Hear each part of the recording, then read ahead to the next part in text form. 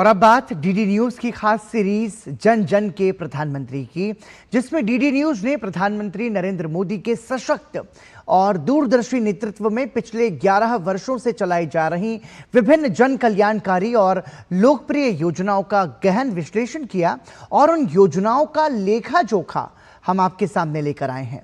इस कड़ी में आज बात प्रधानमंत्री मोदी के नेतृत्व में बदलते नए भारत की, जिसमें नीतियों से लेकर योजनाओं के क्रियान्वयन तक एक नई कार्य संस्कृति देखने को मिल रही है।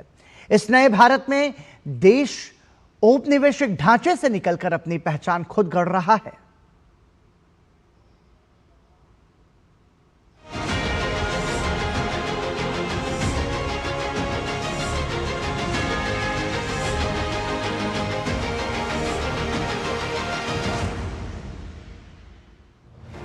भारत आज बदलाव के एक नए दौर में है। यह बदलाव केवल नीतियों और योजनाओं तक सीमित नहीं, बल्कि हमारी इमारतों और वास्तुकला में भी साफ दिखता है। अब हम औपनिवेशिक छाया से निकलकर अपनी पहचान खुद गढ़ रहे हैं, जो देश के कोने कोने तक फैल रहा है। और इस नए भारत के नींव में प्रधानमंत्री नरेंद्र मोदी का विजन ही है, जिनका मंत्र है विरासत से विकास तक। बात राजधानी दिल्ली से शुरू करें तो पहले राजपथ कहलाने वाला मार्ग अब कर्तव्य पथ के रूप में नागरिक कर्तव्यों और लोकतांत्रिक मूल्यों का प्रतीक बन चुका है। राष्ट्रपति भवन से इंडिया गेट तक फैला यह मार्ग औपनिवेशिक प्रतीकों से आजाद भारत की सोच का प्रतिनिधित्व करता है।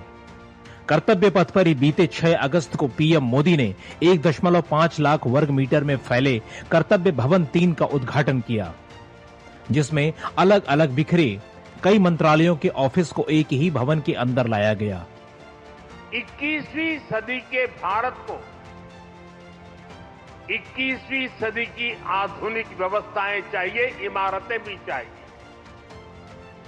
ऐसी इमारतें जो टेक्नोलॉजी, सुरक्षा और सुविधा के लिहाज से बेहतरीन हो, जहां कर्मचारी सहज हो,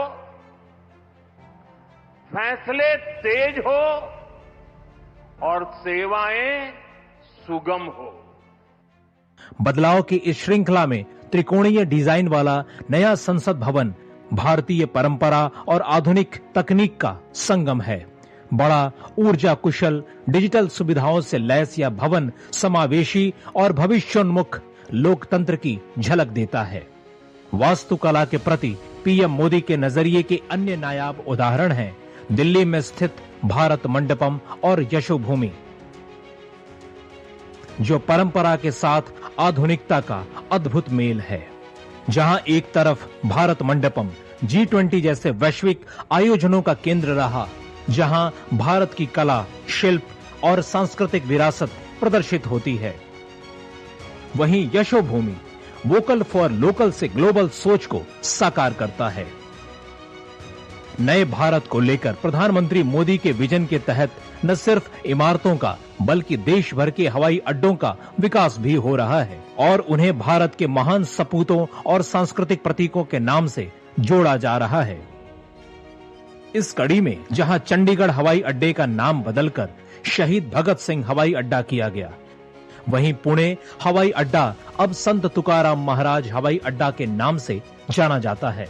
इसी तरह कोल्हापुर हवाई अड्डा को अब राजा राम महाराज हवाई अड्डा और इम्फाल एयरपोर्ट को बीर टिकेंद्रजीत अंतर्राष्ट्रीय हवाई अड्डा के नाम से जाना जाता है। देश और समाज के लिए अपना जीवन न्यौछावर करने वाले महापुरुषों और गुमनाम नायकों की गाथा से नई पीढ़ी को अवगत कराने के उद्देश्य से पीएम मोदी ने उनकी प्रतिमाओं और स्मारकों को देश के कोने कोने में स्थापित करवाया है। चाहे वह 2022 में दिल्ली के इंडिया गेट परिसर में स्थापित नेताजी सुभाष चंद्र बोस की भव्य प्रतिमा हो, या मुंबई में छत्रपति शिवाजी महाराज की प्रतिमा, या रांची में बिरसा मुंडा और असम में वीर योद्धा लाचित बोरफुकन की 125 फुट ऊंची कांस्य प्रतिमा। प्रधानमंत्री नरेंद्र मोदी के नेतृत्व में देश अपनी चेतना, सोच और प्रतीकों में भी एक नई वास्तुकला रच रहा है। इसका प्रतीक है भारतीय नौसेना का नया प्रतीक चिन्ह और एंथम, जो छत्रपति शिवाजी महाराज की समुद्री विरासत से प्रेरित है, जिसमें औपनिवेशिक चिन्हों को हटाकर भारतीय स्वाभिमान को प्रमुखता दी गई है। भारत का बदलाव अब अंडमान और निकोबार जैसे सुदूर द्वीपों तक भी पहुंच चुका है। सामरिक दृष्टि से अहम यह क्षेत्र अब राष्ट्रीय विकास से जुड़ रहा है। हम औपनिवेशिक प्रतीकों से बाहर निकलकर अब आत्मनिर्भरता, आत्मगौरव और प्रगति की ओर बढ़ रहे हैं।